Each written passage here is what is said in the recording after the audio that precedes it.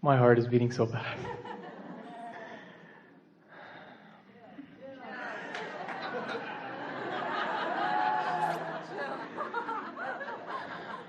Hello, Abraham.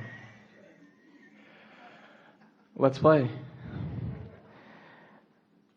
I would like to know, what would Source do in a situation where you would have a negative experience or emotion, not in particular to any situation, I mean in like a person or anything, but just in general, because I would like to go from general and then slowly start fine-tuning it.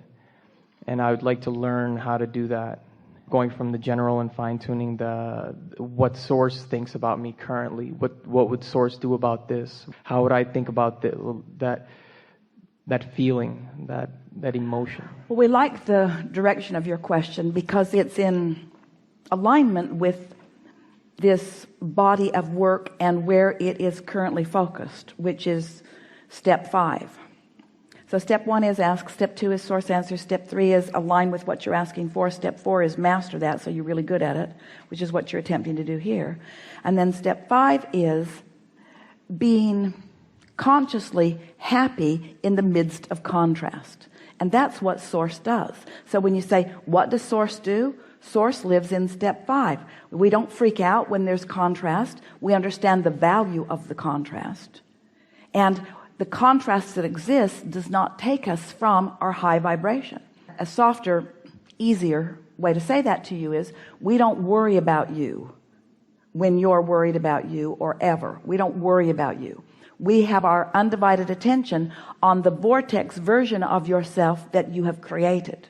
So if you step away from the vortex version, if you for a moment lose your place between where you are and your vortex version, that's when you start feeling negative emotion. We don't go there with you, and that's why you feel negative emotion. So not only what would Source do, you might ask, why would Source do it? And the answer is because we know the value of feeling good. We know the value of feeling good. We know that feeling good means alignment, and in alignment there is power. In alignment there is creation. There is deliberate creation. So you want to take some subject and move it from outside alignment into general and then into more specific alignment?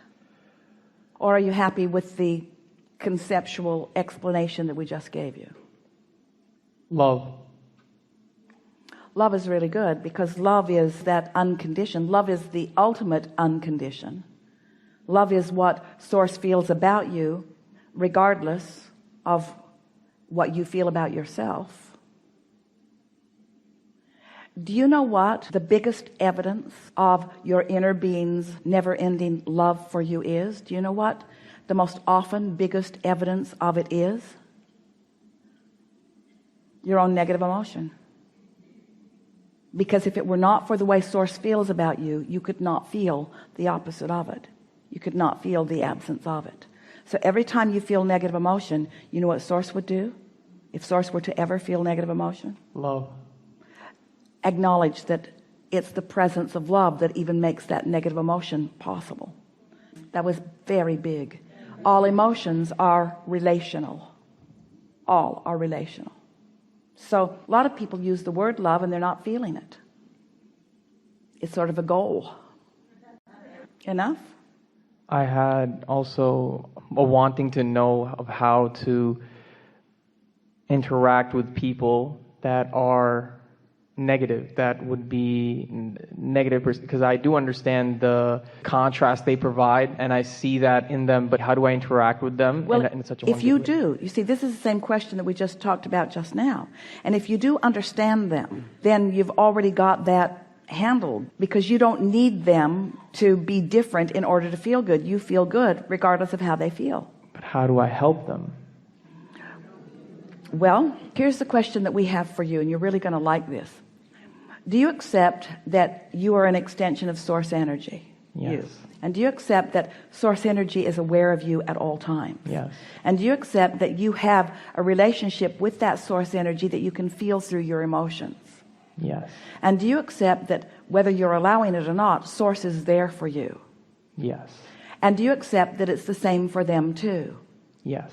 So if you're feeling negative emotion and source can't come and get you and take you out of it, you have to meet source over in that better feeling place. Isn't that true of them too? What we're asking of you, because you're a teacher to the very core of your being, what we're asking of you is that if source can't go bring them out of their funk, why do you think that you should?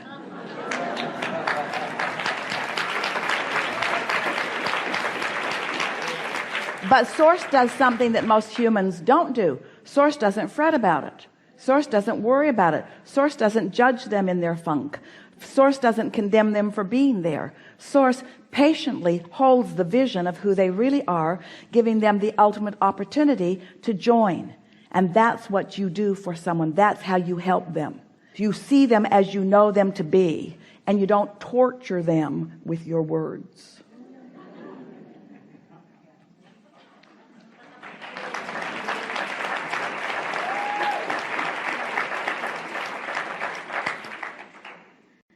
I also had a question about wanting to know how mostly stay in the words of that source. Those beautiful, positive things are always working out for me. That's the fine tuning I was trying to get into from the general, because then you get general, you get everything's working out for me, things are great, look at this is wonderful, I'm loving this, then I just feel it and I just get into it, and then things and situations come, and then I'm aware of these things and I'm like, oh, that's the connection I make. But what more words or what more things are there that I can... Well, here's the thing, you're going to really like this. When you realize that feeling good is natural for you, that your cork will float up there in that pure positive energy unless you hold it under the water. So let's say you're feeling good and then you focus on your friend that you're worried about, so you hold it under the water. And so when you don't do those things that take you away from your alignment, then your alignment just becomes more steady and consistent and natural, and then you do it with greater ease. And so what would keep someone from being in that high-flying, good-feeling place more of the time? What does keep you from being there? Well, it's attention to things that are of a different vibration. And so that's why we're talking about step 5.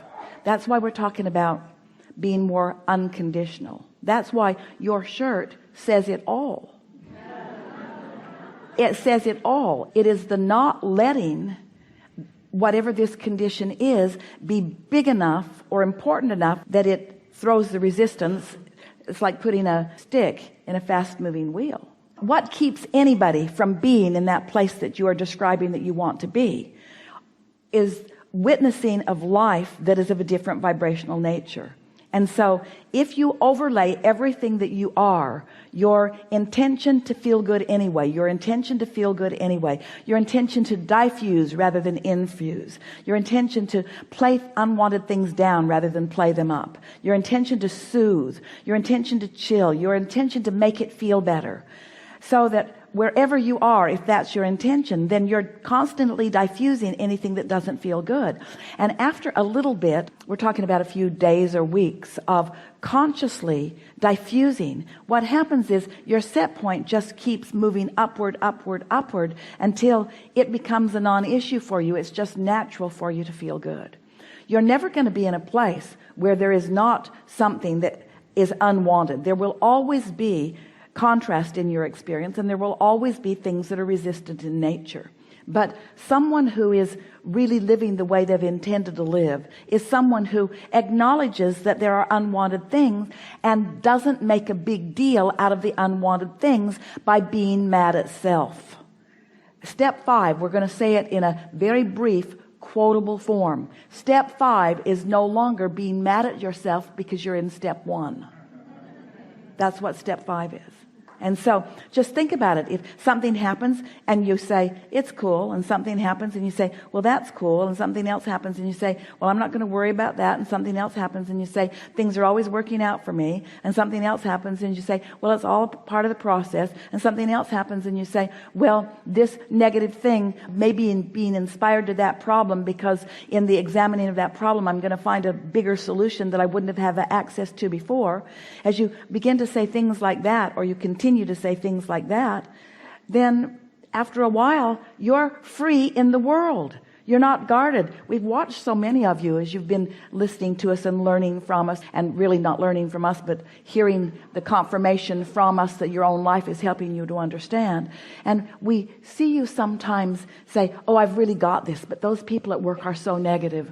And you feel guarded about them because you feel protective of your state of alignment. When you are no longer protective of your state of alignment because you know it is reachievable in any moment of any day, then you are really frisky and free to move out in the world. Otherwise, you want to cluster together in groups of people that think just like you do. And that's a really conditional life. That's that guarded, trying to control circumstances and conditions in order to feel good. And you're not ever going to be happy when you believe that you have to control conditions and circumstances in order to be happy. You're only ever going to be happy when the whole world is out there for you to explore and examine, and you're not afraid of any of it because you know that there's no assertion. So nothing unwanted is going to assert itself in your experience. And if something does come into your experience, you know you have called it, and you know what to do about that. Just saying. And now there are so many others who you might even categorize as negative in nature, who are full of delicious gifts for you. Some of your most negative friends are really funny. And some of them are full of sporadic insight. They don't give it to you very often, but every now and again they lay something on you so profound that you bless the day you met them. And so it's a big world out there full of all kinds of diversity. We want you to love your diversity because it is your power and your strength, and it is your future, because without it there could be no new desires born within you. And the new desires that are continually being born within you, that's life, you see. That's the promise of eternalness. Yeah.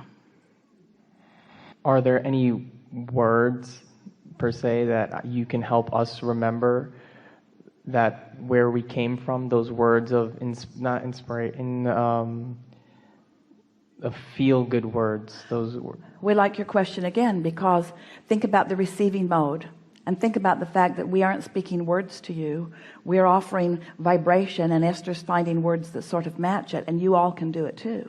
So realize that we are projecting, we are radiating, we are extending, we are focusing who you are and what we know about you, the whole version of you. We're focusing that to you at all times, and you are reaching for the inspired words. So when you get into that place of alignment, then the words come to you, and you said it to us already today. The word is love. When you feel that, when you feel those goosebumps rippling up over you, last seminar, which was yesterday in Boston, during the segment of refreshment, Esther went through the kitchen and to her sleeping room. And as she got into the service elevator, a young man was there who, when he saw her, came to the conclusion that she was in the wrong elevator. And so he explained to her, in the future, you must use the guest elevators. And as he was looking at Esther, then, before she could say anything to him, he said, but you didn't know. And Esther felt the love of Source wash all down all around her as he was giving her the benefit of the doubt. He wanted to be helpful, but you didn't know. In other words, there was no negative judgment about what he was believing was a mistake that Esther had made. And so many times complete strangers will receive the message that Source has for you and speak it right out loud to you. like that. That's what happened then. That was Source just loving on Esther through the path of least resistance. But it is even more delicious when those thoughts occur to you.